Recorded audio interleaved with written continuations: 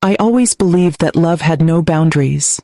That family wasn't only about blood but about the connections we nurture, the loyalty we show, and the sacrifices we make for one another. And for decades, I poured myself into a family that wasn't mine by birth. I raised their children as if they were my own, cooked their meals, stitched their clothes, wiped away their tears, and celebrated their joys. I thought of them as mine, and I thought they thought of me the same way. But here I am, an old woman now, looking back and realizing that maybe I was wrong. Because for all those years of love and loyalty, they never truly saw me. They only ever saw the color of my skin. It began so innocently, back when I was just a young woman searching for work. I came to their house with nothing but my 2 hands and a heart full of determination. Their home was warm, bustling with children's laughter, filled with the smell of freshly baked bread and the sound of a piano being played upstairs. I thought I had found a place where I could belong. The mother of the family, Mrs. Carter, welcomed me with a smile at first. She told me I was just like family to them. She said I would never feel like a servant in her house, only like another daughter. Her words melted into my soul because I had lost my own mother at a young age, and I wanted so badly to believe in kindness. At first it felt true. The children clung to me, especially little Sarah, who would wrap her tiny arms around my legs every morning. She would giggle and call me her second mama. I spent hours rocking her to sleep, braiding her hair, teaching her songs my own mother used to sing to me. I thought, yes, this is love. This is family. The father, Mr. Carter, would nod at me after long days of work, sometimes even thank me for the meals. I thought it was respect. I wanted to believe it was respect. But small cracks began to appear.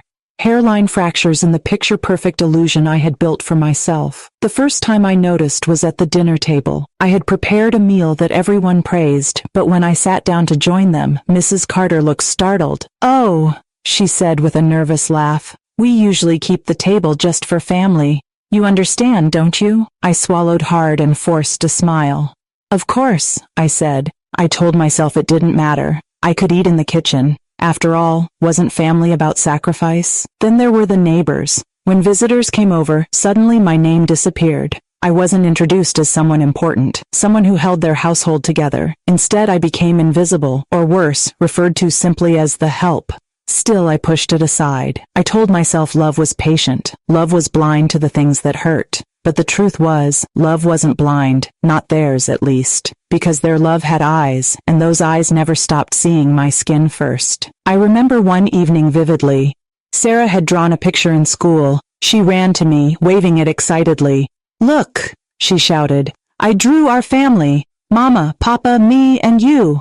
I bent down, tears welling in my eyes as I looked at the drawing. There we were, all smiling together, stick figures holding hands. I was right beside her, just as she saw me, but Mrs. Carter's face darkened. She pulled Sarah aside and whispered something I couldn't hear. Later that night, I found the drawing crumpled in the trash. It was like a quiet stab in my chest. I kept telling myself not to notice, that maybe I was imagining things, that maybe love still lived in that house if I just tried harder, gave more, sacrificed more. So I did. For years, I stayed. I mended their clothes when they tore. I worked through fevers and backaches.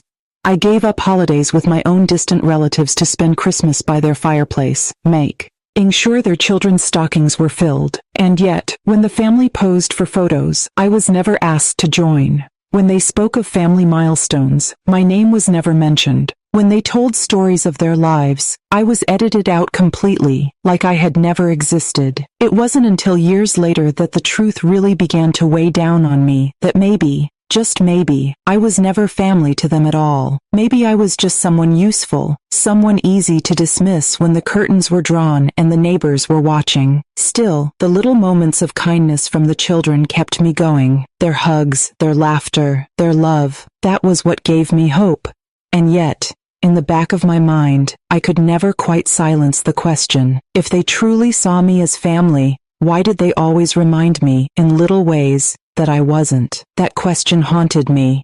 Because love without respect isn't love at all. As the years passed, I kept convincing myself that loyalty would win me love, that if I just kept giving, They would eventually see me not as different, but as equal. But life has a cruel way of peeling back illusions, and one by one, the cracks in their words began to spread wide enough that I could no longer pretend not to see. It was Sarah's 10th birthday that really opened my eyes. I had planned her party with so much care. I baked the cake myself, 3 layers, frosted in her favorite pink, decorated with sugar flowers. I saved my wages for weeks just to buy her a little necklace, a simple heart-shaped locket I thought she would cherish. When the day came, the house filled with laughter and guests. Sarah squealed when she saw the cake, hugged me so tightly I thought my ribs might crack. For a brief moment, I felt like I belonged.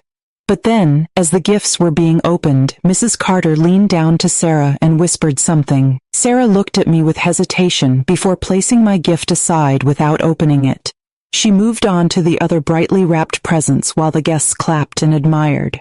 Hours later, I found my locket unopened on the kit chin counter set aside like an afterthought. And when I asked Sarah about it, she said, "Mama told me it wasn't appropriate to wear something from you at the party." Appropriate. That word stung. I had given her my heart, and yet my skin had made my love somehow less. It was moments like these that piled up over time. I remember once being at the park with the children. Another woman approached, curious. "Oh, what a beautiful family," she said. Then she looked at me and asked, "Are you their nanny?" Before I could answer, Mrs. Carter jumped in quickly. "Yes, she helps us around the house." Helps. That was all I was. Not the woman who had dried Sarah's tears through nightmares. Not the one who had taught little Henry how to tie his shoes. No, just help. I swallowed the hurt, as I always did. But deep down, a storm was beginning to brew. Another memory burned into me came years later, when Sarah was about to graduate high school. I had ironed her gown, polished her shoes, and braided her hair with trembling hands, tears in my eyes because I was so proud. At the ceremony, when her name was called, I clapped until my hands stung. Sarah ran to her parents for a hug, and for a brief second, her eyes searched the crowd for me. I waved, smiling so wide my cheeks ached. But when the photos were taken, Mrs. Carter gently pulled Sarah toward their family group. "This is just for family," she said firmly when I tried to join in. And there it was again. The reminder. Always the reminder. That word, family. The word I thought included me. The word I had sacrificed for. Yet in their mouths, it was a weapon, a wall, a reminder of where I stood. I started to notice more and more the way people's gazes shifted when I was around. Guests at their dinner parties would glance at me, then back at Mrs. Carter, as if to silently ask, "Why is she sitting here?" I noticed how Mr. Carter, though polite, never quite met my eyes when others were watching, how he never corrected people when they assumed I was the maid. And then there were the subtle comments. Mrs. Carter would sometimes laugh and say, "Oh, you wouldn't understand. It's a cultural thing."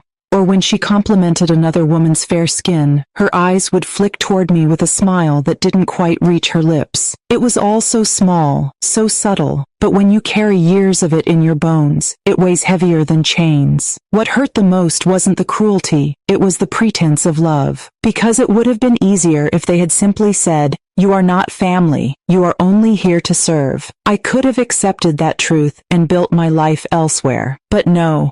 They dangled the word family like bait, and I chased it with everything I had, giving pieces of myself until there was almost nothing left. And yet every time I reached for it, they pulled it away with a reminder. My skin, my place, my silence. Still, I stayed.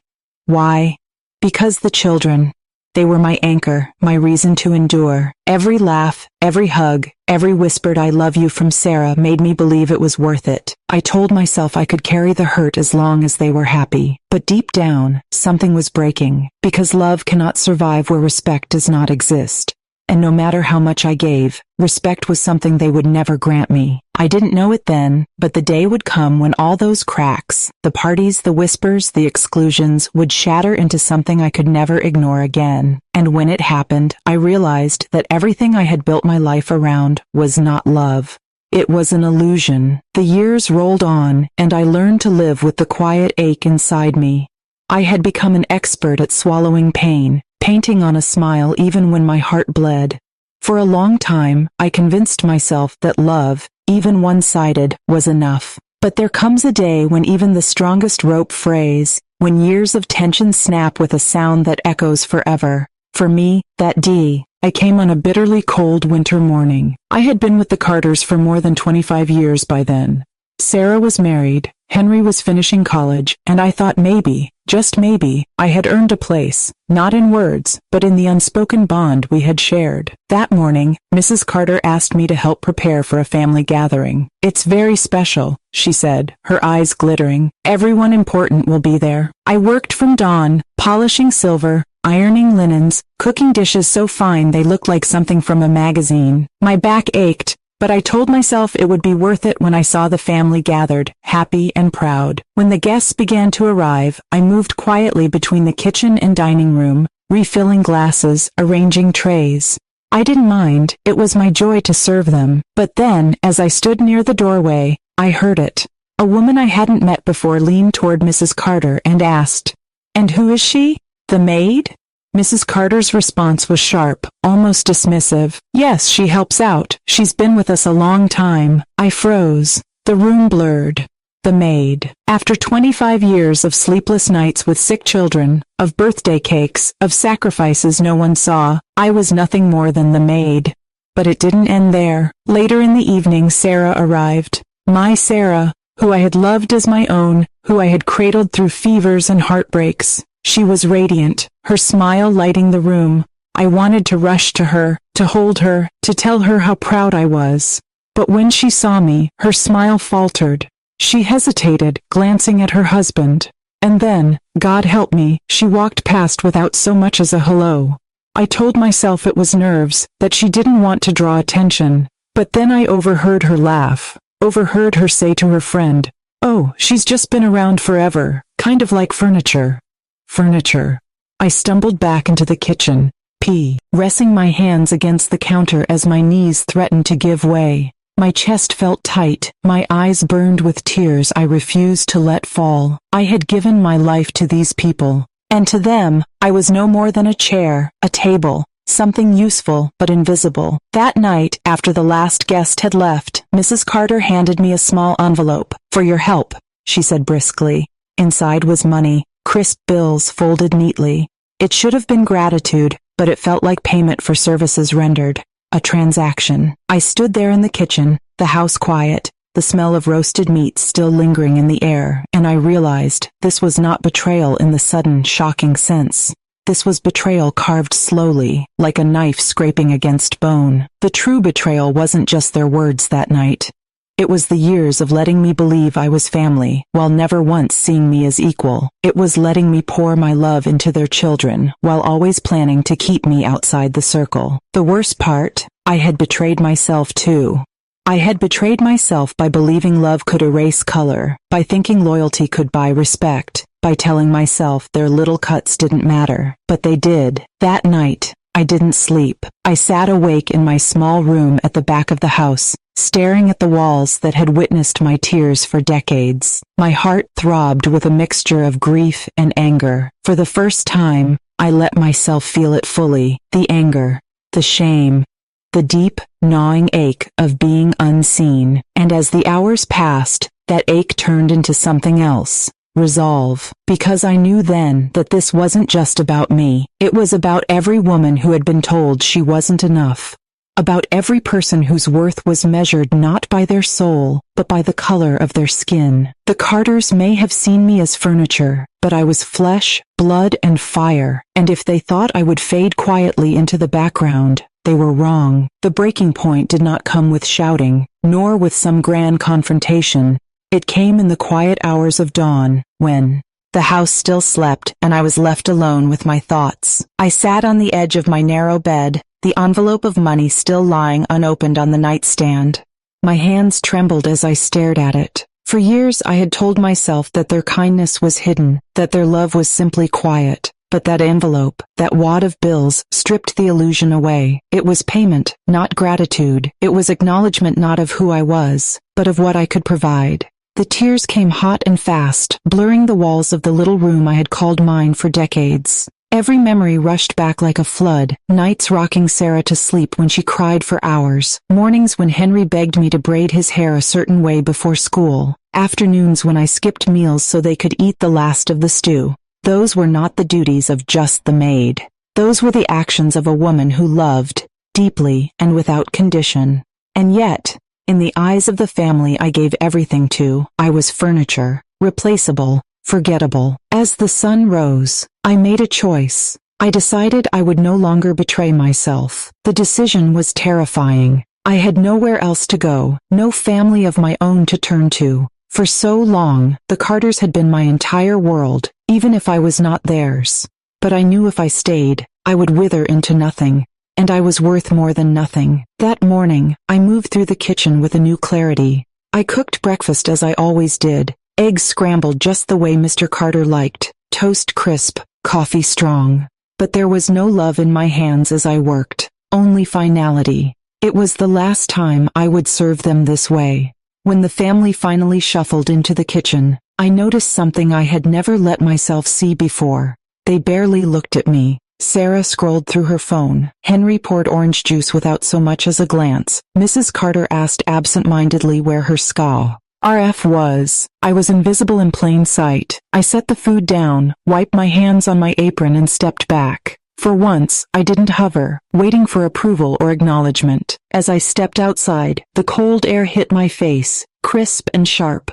For the first time in decades, I was not carrying anyone else's burden, only my own. I didn't know where the road ahead would take me, but I knew one thing with certainty. I was done betraying myself, and that was the first step toward reclaiming my life. The first night after I left the Carters' home, I slept on a friend's couch in a cramped apartment downtown. The sofa springs poked at my back, the street noise seeped in through thin walls, and I had no money beyond the small savings I'd managed to tuck away. But even in that discomfort, I felt lighter than I had in years. The weight of silent servitude had been lifted. Still, freedom does not come without fear. The next morning, I woke with panic clawing at my chest. What had I done? Where would I go? How would I survive? For so long, my entire identity had been tied to the Carters' household. Without them, who was I?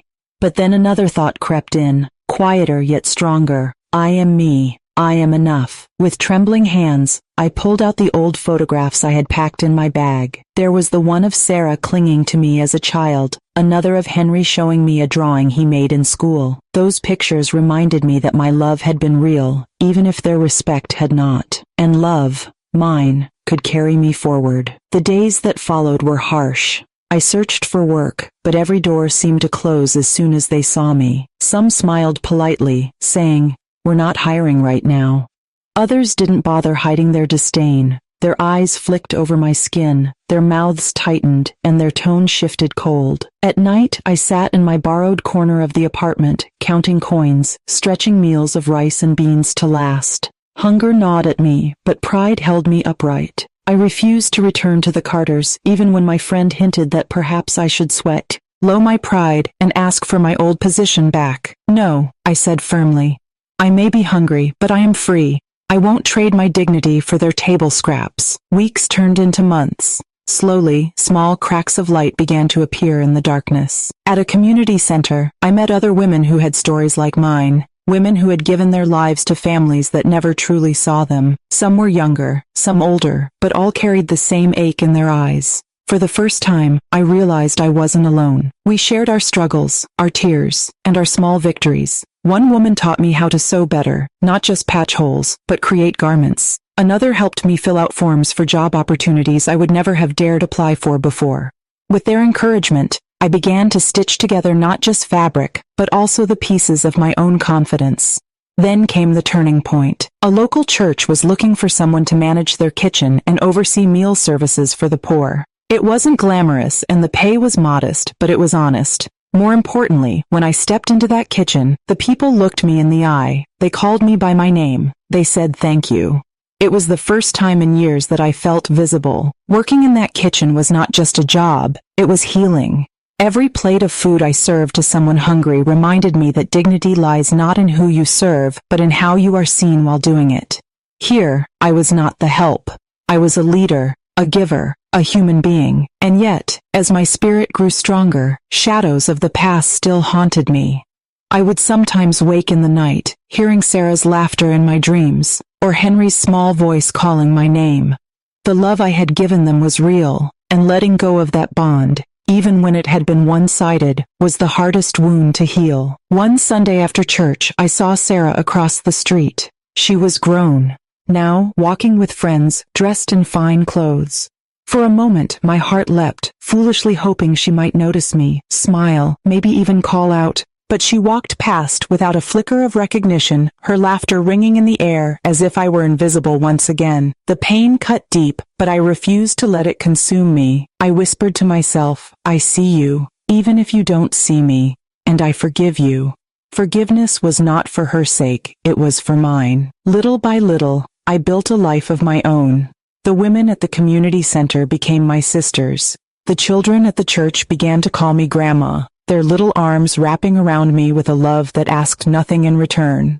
With each passing day, I realized that family is not always blood, nor is it always the people you sacrifice yourself for. Family is where you are cherished. One evening, as I sat by the window of my small apartment, watching the sunset paint the sky, I felt something I hadn't felt in decades. Peace. The road had been long, cruel, and unjust, but stepping away from the Carter's house had given me something they never could, the chance to belong to myself. And yet, even in that peace, a fire burned within me. I could not erase the years of disrespect, the countless women still living in shadows as I once had. I knew my story was not just my own, it was a truth many others carried silently. So I decided to speak. At first it was small, sharing my story at the community center, encouraging younger women not to give up their dignity for false promises of family. But soon, word spread. More women came, listening, crying, nodding in recognition, and in their eyes, I saw strength growing. The same strength I had found the day I walked out of that house. I had once thought I was nothing but a servant, invisible and replaceable. But now I knew better. I was a survivor. I was a woman who loved fiercely, who gave everything, and who finally chose herself. And that, I realized, was more powerful than any title, any family name, or any envelope of money could ever give me. For the first time in my life, I was not just surviving, I was living. Healing does not come in a straight line, it comes in waves.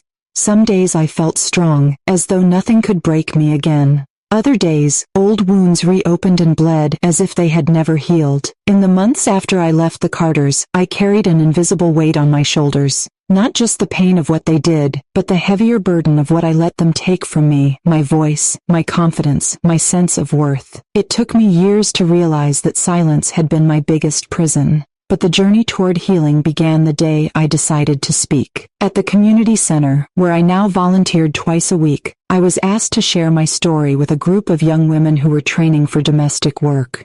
At first, the thought terrified me. My voice trembled when I spoke, and my hands wouldn't stop shaking. But as I looked into their eyes, wide, cautious, hungry for guidance, I felt something stir inside me. I want you to know, I began, that you are more than the work you do. You are more than the skin they judge you by, and if ever you feel invisible, remember, you are seen by God, and you must see yourself. There was silence when I finished. Then one young girl stood up, her eyes wet with tears. My boss treats me like I don't exist, she whispered, but hearing you today, I don't feel so alone anymore. In that moment, I realized the power of my story. Slowly, opportunities opened. The church invited me to speak at women's gatherings. Then, a local radio station reached out, asking if I would share my experience for a special program about workers' rights. I hesitated at first. My instinct was to shrink away, to hide, to protect myself. But then I thought of all the women still trapped in silence. If I could be a voice for them, then my suffering would not have been in vain. So I said yes. The first time my voice was broadcast across the airwaves, my knees knocked together, but my heart soared. I spoke about the years I gave to a family who never truly saw me, about the love I poured out and the disrespect I received in return. I spoke about walking away with nothing but dignity, and how dignity was everything. When the program ended, I received letters. Some from women like me who cried as they wrote about their own pain. Others from strangers. people who had never lived my struggle but who promised they would see and treat the workers in their homes differently. Healing, I learned, was not just about my own heart. It was about planting seeds that might grow into change. But the path wasn't without obstacles. Not everyone wanted to hear my truth. Some accused me of exaggerating, of painting good families in a bad light. Others sneered, saying, "That's just the way things are." Their words stung, but they could not silence me anymore, because for every voice of doubt, there were 10 voices of gratitude. And inside me, the timid woman who once whispered apologies in the Carter's kitchen was transforming into someone new, a warrior cloaked not in anger, but in grace. One of the most profound moments came during a conference at a neighboring town. I had been invited to speak on a panel about women and dignity in work. I wore a simple dress I had sewn myself, and though my hands trembled when I stepped onto the stage, I walked with my head high. I told my story again, but this time I didn't cry. My voice rang clear. I saw women in the audience nodding, holding hands, some wiping tears, and when I finished, they stood, not out of pity, but in respect. That applause was more than noise. It was validation. It was healing. At home, my life blossomed in quiet, beautiful ways. The children at the church who called me Grandma brought me little drawings and flowers they picked from the roadside. I taped each one to my wall until my small apartment became a gallery of love. The women at the community center began to call me Mama Grace, not because I was old, but because they said I gave them strength. And inside myself, I felt something I had never felt in all those years with the Carters: wholeness. But healing also meant confronting the wounds I tried to bury. One evening, I sat with an old diary I had kept secretly, hidden under the mattress during my years at the Carters' home. I flipped through its pages, cramped words written in the dark, confessions I couldn't say aloud back then. I am tired. I feel invisible. I wish someone would see me. Reading those words broke my heart, but it also showed me how far I had come. I whispered to the girl who once wrote them, "You made it. You survived. You are free." Tears streamed down my face, but they were no longer tears of pain. They were tears of release. Healing also taught me the power of forgiveness, not the kind of forgiveness that excuses cruelty or denies injustice. No, it was the kind that sets me free. I couldn't change the Carters. I couldn't force Sarah or Henry to acknowledge the love I gave them. I couldn't make their parents respect me, but I could choose not to carry their shadows into my future. So I whispered, late one night by my window, "I forgive you, not for your sake, but for mine." The moment the words left my lips, I felt lighter, as though chains I didn't know I still wore had fallen away. In time, healing became less about me and more about others. I started a small group at the community center for domestic workers, a safe space where women could share, cry, and encourage one another. We didn't have much, but we had each other. One day, a woman named Lila came in, her eyes swollen from crying. She had been enduring harsh treatment from her employers, but she didn't believe she had the strength to leave. I took her hands in mine and said, "And I once thought I couldn't leave either, but the day I chose myself was the day I began to live. You are stronger than you know." Weeks later, Lila came back, smiling. She had found new work with a kinder family. She hugged me so tightly that I felt my ribs ache, and whispered, "Thank you for giving me courage." In her victory, I saw my own healing reflected. Looking back, I realized something profound. Healing doesn't mean forgetting. It means transforming pain into power, wounds into wisdom, silence into strength. The scars will always be there, reminders of a past I cannot erase. But those scars no longer shame me. They honor me because they tell a story of survival. I had once been invisible. Now I was a voice. I had once been powerless. Now I was a guide. And through it all, I discovered the truth. Healing is not a destination. It is a journey, one that begins the moment you choose to see yourself as worthy. I had convinced myself that I would never see the Carters again. For years, I avoided their neighborhood, their grocery store, even the small park where I used to take Sarah and Henry to play. I built a life far away from their world, a life stitched together with courage and faith. But fate has a way of testing the strength we claim to have. It happened one sunny afternoon when I was invited to speak at a women's empowerment seminar in the city. The theme was Voices Unbroken, and the room was filled with women from all walks of life, teachers, mothers, domestic workers, and even a few employers curious to listen. I was on stage, speaking about dignity, when the double doors at the back of the hall swung open. My breath caught in my chest. There, walking in with that same air of superiority I remembered all too well, were Mrs. Carter and her daughter, Sarah. For a split second, my legs turned to stone. My old instincts screamed, "Look down, stay quiet, don't be seen." But I caught myself. No, I was no longer the servant in their kitchen. I was the speaker, the guest of honor, the woman with a microphone in her hand. So I lifted my chin and kept talking. From the stage, I could see Sarah's eyes widen in shock. Mrs. Carter's lips tightened, her posture stiff, as if she had walked into a nightmare she never expected to face. I told the audience, "There was a time when I lived in a house where I gave everything, my love, my labor, my years, but was treated as though my worth ended at the color of my skin. I believed for a long time that silence was the only way to survive, but silence eats away at the soul. It took me years to understand that I deserved respect, that I was not less human than anyone else.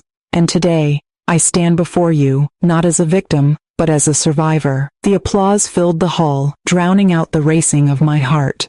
After the session, while people crowded around to thank me, I saw Mrs. Carter standing off to the side, her hands clutching her purse so tightly her knuckles were white. Sarah lingered behind her, biting her lip, her eyes darting toward me, and then away again. I could have walked past them, I could have left without a word. But something inside me whispered that this was a moment of closure, one I had prayed for but never thought would come. So I walked over. "Mrs. Carter," I said, my voice steady. "Sarah." Sarah flushed. Mrs. Carter's eyes flicked over me, as though she was trying to decide whether to acknowledge me or dismiss me like before. Finally, she spoke. "Grace, I didn't expect to see you here." "No," I replied softly. "I don't suppose you did." Sarah shifted uncomfortably, then blurted out, I didn't know you felt that way. I was just a kid. I didn't understand." Her words cut, but they also carried a hint of truth. She had been young, and yet I remembered clearly how her laughter often echoed when others mocked me. "You were a child," I said gently, "but children learn from what they see, and what had I needed was kindness." Her eyes watered, and she whispered, "I'm sorry." Mrs. Carter stiffened at those words, but I saw the flicker of guilt in her eyes too. For a long time, she said nothing. Then, in a voice much quieter than I had ever heard from her, she muttered, "Perhaps we did not treat you as we should have." It wasn't a full apology, not by far, but it was more than I ever thought I'd hear. In that moment, I realized something important. I didn't need their validation anymore. I didn't need them to fall at my feet in apology. I had already reclaimed my worth, with or without their acknowledgement. So I smiled faintly and said, "I don't carry hate in my heart anymore. What you did, it hurt, but I refuse to let it define me. I have moved forward. I hope, for your sake, you've learned something too." Mrs. Carter looked at me as though she couldn't quite believe I had the courage to stand in front of her, unbroken, unbent. Sarah wiped her tears and nodded. I turned and walked away, my shoulders light, my heart free. That night, I sat by my small window, watching the moon rise above the rooftops. My mind replayed the encounter over and over. For years, I had dreamed of confronting them, of shouting, of demanding answers. But when the moment came, I didn't need to raise my voice. The strongest thing I could do was stand tall and walk away with peace. It was in that silence, not the silence of fear, but the silence of strength, that I won. Word of the seminar spread quickly. The local newspaper wrote an article about it, highlighting my story as an example of resilience. The headline read, "From Maid to Mentor, One Woman's Journey of Survival and Strength." I clipped that article and pinned it to my wall, not for vanity, but as a reminder, I was no longer invisible. My story was being told, my voice mattered. The true confrontation, I realized, wasn't with the Carters, it was with myself, with the part of me that had once believed I was less. And in winning that battle, I had gained the freedom they could never take from me. And so, as the night happened, I whispered to the stars, "I am free."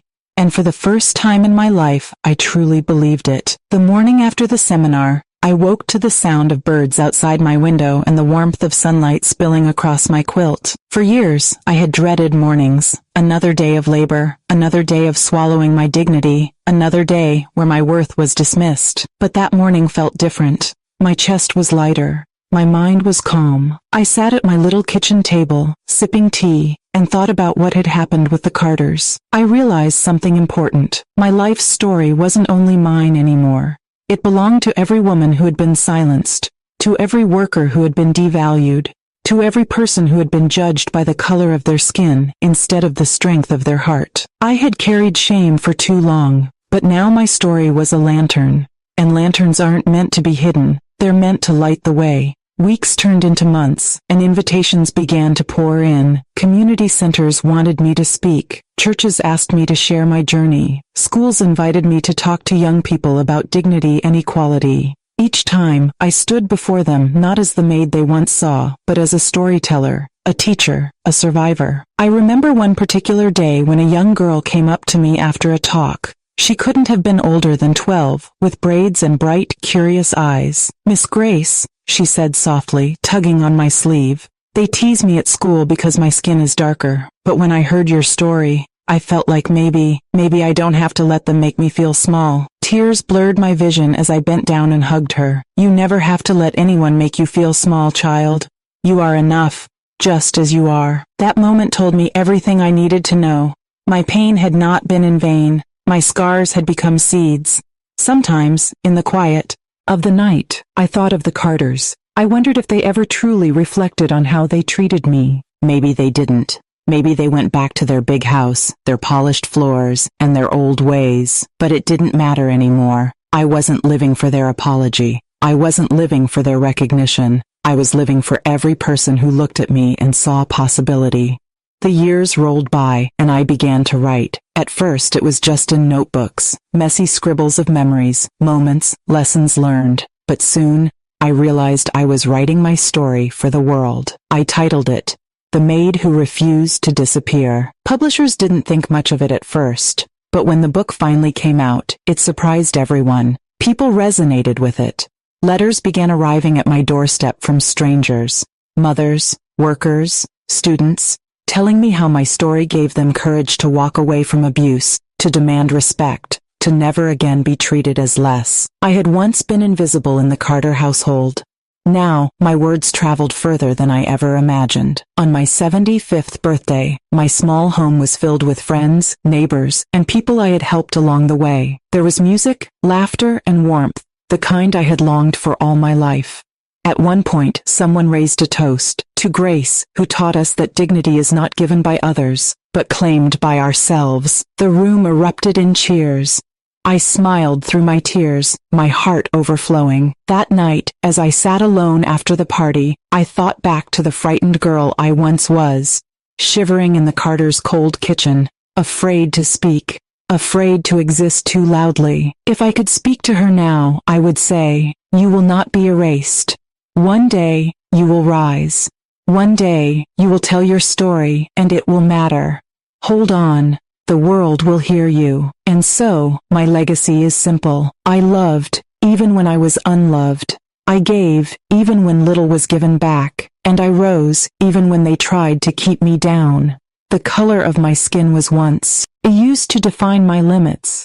Now, it defines my strength. To anyone listening, anyone who has felt invisible, disrespected, or judged unfairly, hear me. You are not what they say you are. You are more. You are not a shadow in someone else's story. You are the author of your own. And when the world tries to silence you, remember this. Your voice, your truth, your life, they matter. Always. That was the final chapter of my journey. Not the end, but a beginning, because stories like mine don't close. They ripple outward, carried by every person who hears them and refuses to bow their head in silence again. And if there's one thing I've learned, it's this. They may call you less. They may treat you as if you don't belong. But the moment you choose to believe in your own worth, you've already won.